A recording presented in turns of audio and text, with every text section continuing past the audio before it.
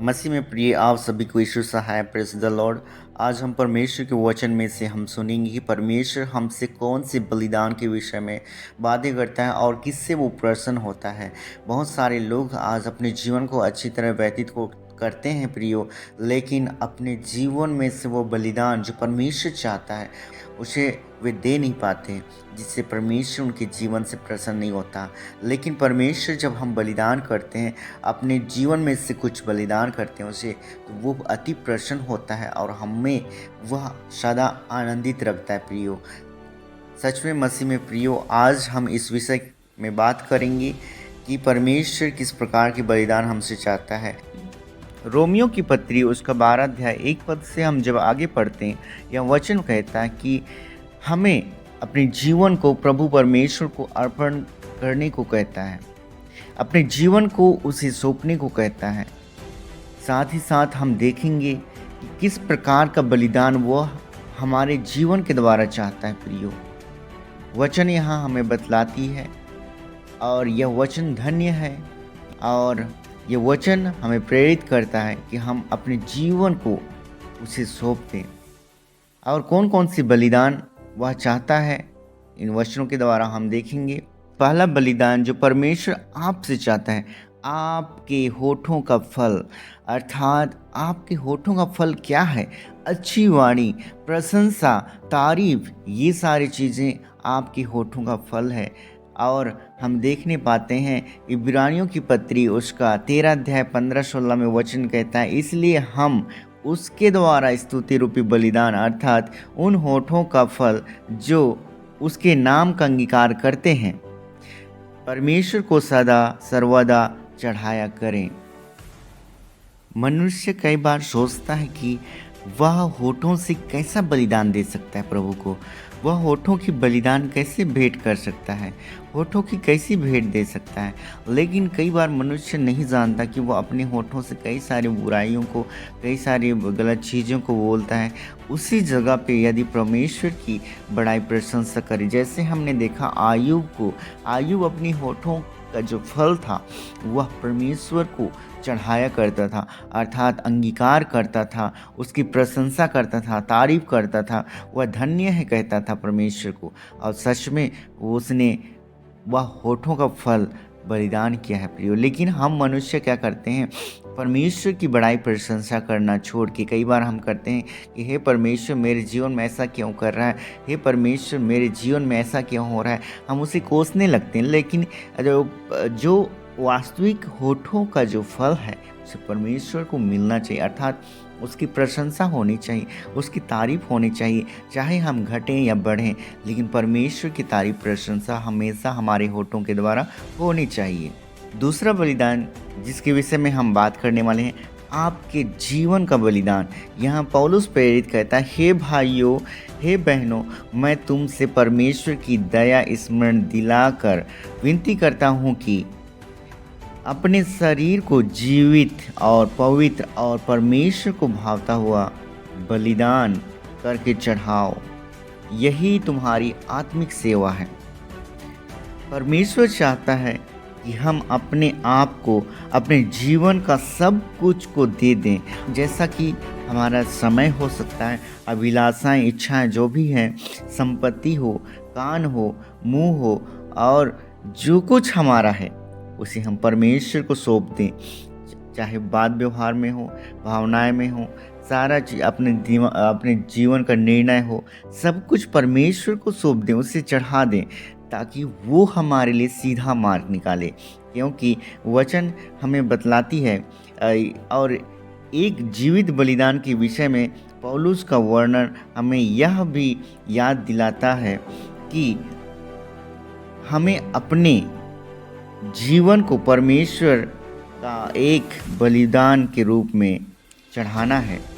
अपने संपूर्ण जीवन के लिए, अपने संपूर्ण जीवन को बलिदान करने की आवश्यकता है।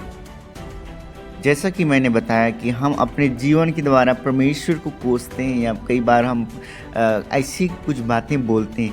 क्यों ऐसा होता है, क्यों हमारे जीवन में ऐसा हो रही है, क्योंकि हमने परमेश्वर को अपना संपूर्ण चीज़ें सोफ़ा ही नहीं है। हम अपने विचारों से, अपने दिमाग से, अपनी इच्छाओं पर हमने कार्य किया और हम असफल हो गए हो सकता है, या हम दुखित पाए जाते हैं, वो सारी चीज़ों का कारण हम हैं, ना कि परमेश्वर। तो परमेश्वर को यदि हम सारा चीज़ सौंप दें, तो वह हमारे लिए एक सीधा मार्ग निकालेगा, बेस्ट मार्ग निकालेगा, जिसमें हमें सफलता मिलेगी, शांति मिलेगी, आनंद मिलेगा, सब कुछ हम कुशलता से अपने जीवन में देखने पाएँगे। तीसरा, जो हमें अपनी संपत्ति का बलिदान करना है। परमेश्वर क्या चाहता है कि हम अपने जीवन की जो कुछ संपत्ति है, जो कुछ हमारे पास है, उसे हम बलिदान करें। कहने का मतलब, हम भूखे को खाना खिला सकते हैं, प्यासे को हम पानी पिला सकते हैं, और जितना हम दूसरों की सहायता मदद कर सकते हैं, हमें करना चाहिए। मैं ये नहीं बोलता आपके पास कुछ भी नहीं है तो आप अपना सारा चीज़ बेचकर किसी और को दे दो, परंतु यह है कि जिसके पास ज़्यादा है या जिसके पास धन संपत्ति ज़्यादा है, वह सेवा में लगाए। उस धन संपत्ति का क्या क्या उपयोग जब वह दूसरों की सहायता मदद नहीं कर सकता। कई लोग हम देखते हैं कि धन दौलत बहुत होने के बावजूद वे अपने पास रखे रहते हैं, परंतु उनका उसका उपयोग वे स्वयं नहीं कर पाते हैं। एक व्यक्ति जब आता है, प्रभु से पूछता है कि हे स्वामी, मैं स्वर्ग राज्य जाने के लिए मैं क्या करूं? तो प्रभु यीशु मसीह बतलाते हैं कि तू व्यवस्था की बातों को मान, और ये जो कुछ नियम है, कायदों को तू पालन कर। लेकिन वो बोलता है, मैं तो इसको बचपन से मानता आया हूँ, लेकिन और मैं क्या करूँ? तो प्रभु यीशु मसीह उसे बतलाते हैं कि तू अपने धन संपत्ति को बेच कर कंगालों में बांट दे। तो इन बातों के द्वारा हम देखते हैं कि अपनी धन संपत्ति जो कुछ है हमारे पास, उसे हम दूसरों की सेवा में, प्रभु की सेवा में यदि लगाएं, तो हम सच में एक बलिदान चढ़ा रहे हैं प्रियो। यदि हमारे पास है जो कुछ, हम दूसरों की सहायता मदद कर सकते हैं, चाहे धन संपत्ति में या किसी प्रकार की सेवा में, वो हमें बलिदान के तौर पर जरूर चढ़ाना चाहिए।